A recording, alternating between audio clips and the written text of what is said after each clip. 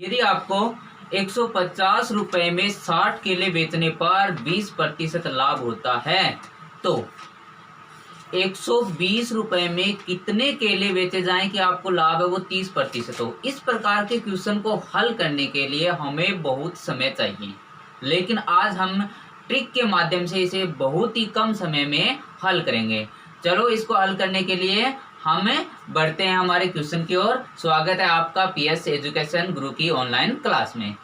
देखिए हमें दिया क्या गया है, 150 रुपए दिए गए हैं, केले कितने हैं 60 और लाभ कितना हुआ है 20%। अब 120 रुपए में कितने केले बेचे जाएं कि लाभ कितना हो 30% हो। यदि इसे जनरल यानी बेसिक रूप से ये इसे हल किया जाए तो हमें पहले क्या करना होगा, यहाँ पे एक केले का रुपए निकालना होगा, उसके बाद में उसका जो 20% है वो निकालना होगा और क्रय मूल्य निकालना होगा। फिर यहाँ पे यदि इसको रखते हैं तो काफ़ी समय लगता है। आज हम एक ट्रिक के माध्यम से इसे बहुत ही कम समय में हल करते हैं। वो ट्रिक क्या है, पहले यहाँ पे हम लिखेंगे रुपए। रुपए किसके, जो पहली कंडीशन दी गई है उसी के। नीचे लिखेंगे वस्तु, वस्तु कुछ भी हो सकती है, ठीक है। इनटू यानी गुणा में लिखेंगे जो लाभ है वो, यदि हानि हो तो हानि भी लिखी जाएगी प्रतिशत। यहाँ पे ध्यान देना है लाभ जो प्रतिशत है वो 100 में प्लस करके लिखना है, और यदि हानि हो तो 100 में से माइनस करके लिखना है। आगे दूसरी जो कंडीशन है उसके रुपए, नीचे वस्तुओं की संख्या इनटू लाभ है प्रतिशत। ये ट्रिक है, इस ट्रिक से हम एकदम कम समय में इस क्वेश्चन को हल कर सकते हैं। देखिए यहाँ ध्यान देना आपको, रुपए पहली कंडीशन के रुपए, वस्तुओं की संख्या पहली कंडीशन की, लाभ प्रतिशत पहली कंडीशन का, और लाभ प्रतिशत है वो 100 में प्लस करके लिखना है। यहाँ रुपए दूसरी कंडीशन के, वस्तुएं दूसरी कंडीशन की, और लाभ है प्रतिशत है वो दूसरी कंडीशन है, यहाँ पे भी 100 प्लस करके लिखना है। तो देखिए 100, यहाँ पे रुपए कितने हैं 150, तो यहाँ हमने लिखे 150 बट्टा वस्तु कितनी है हमारे पास 60, तो ये हो गया 60 इंटू लाभ कितना है 20%। अब 20 को किस में प्लस करना है 100 में, तो यहाँ पे लिखना है आपको 120 इक्वल टू रुपए कितने हैं, रुपए हैं 120, वस्तुओं की संख्या यानी केलों की संख्या हमें ज्ञात करनी है, तो हम कितने मान लेते हैं, माना कि x केले बेचे गए। लाभ कितने का कमाना है हमें 30% का, यानी यहाँ पे लिखोगे 130।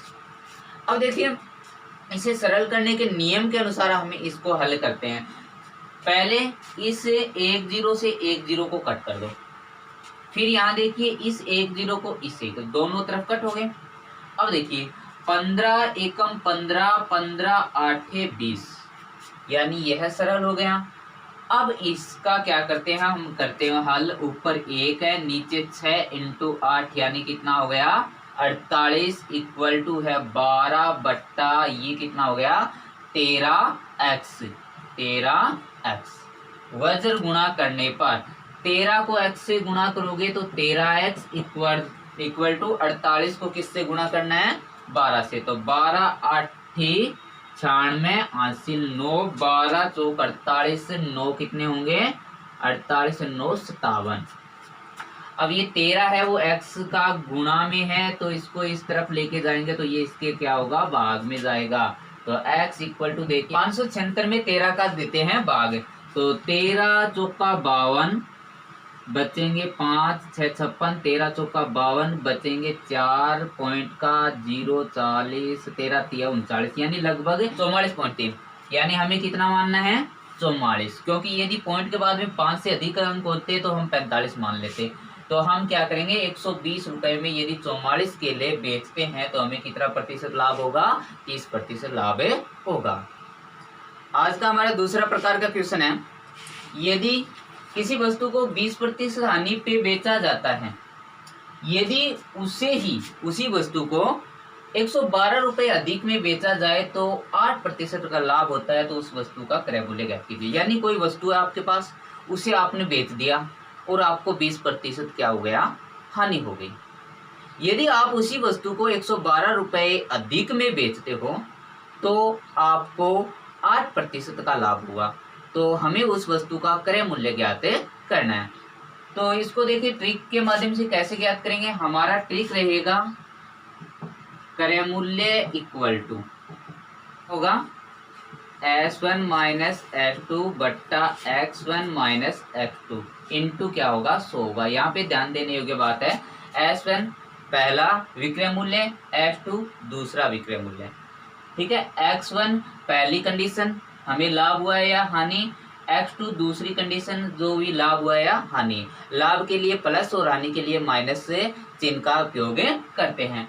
एक यहाँ थोड़ी बात ध्यान देनी है, यदि हमें पहले हानि हुई है और बाद में लाभ हुआ है तो इसका मतलब क्या हुआ कि S1 छोटा है किससे, F2 से। S1 छोटा है किससे, F2 से। तब जो अंतर आएगा वो अंतर किस में प्राप्त होगा, माइनस में प्राप्त होगा। किस में प्राप्त होगा, माइनस में। और यदि हमें पहले लाभ हुआ है, पहले हुआ है लाभ और उसके बाद में हानि हुई है, इसका मतलब S1 बड़ा है किससे, F2 से। तो इसमें जो अंतर आएगा वो क्या होगा, प्लस का होगा। तो यह ध्यान देने योग्य बात है। अभी देखिए यहाँ पहले हानि हुई है और उसके बाद में लाभ हुआ है, इसका मतलब जो अंतर दिया गया है हमें 112, वो किस में लिखोगे आप, माइनस में। तो माइनस 112। उसके बाद में X1, और X1 में क्या है, पहली कंडीशन 20% हानि है, हानि के लिए निशान किसका यूज करोगे, माइनस का। फिर माइनस X2, और X2 है वो हमारा क्या है, लाभ है, और लाभ है तो लाभ यहाँ पे हम यदि प्लस 8 लिखते हैं तब भी ये माइनस करेगा, यानी माइनस से ये चिन्ह है वो माइनस रहेगा। ठीक है, इंटू कितना होगा 100, ये वाला 100। अब देखिए माइनस का 112 बट्टा माइनस 20 और माइनस 8 कितना हुआ, माइनस 28 इंटू कितना हो गया 100। माइनस से कट, 28 का 112 में भाग देते हैं तो कितनी बार होगा, 4 बार, क्योंकि 28 का 112 इंटू कितना है 100, और इनको गुणा करने पर कितना प्राप्त होगा, 400 रुपए। यानी उस वस्तु का जो क्रय मूल्य है वो कितना रुपए होगा, 400 रुपए होगा।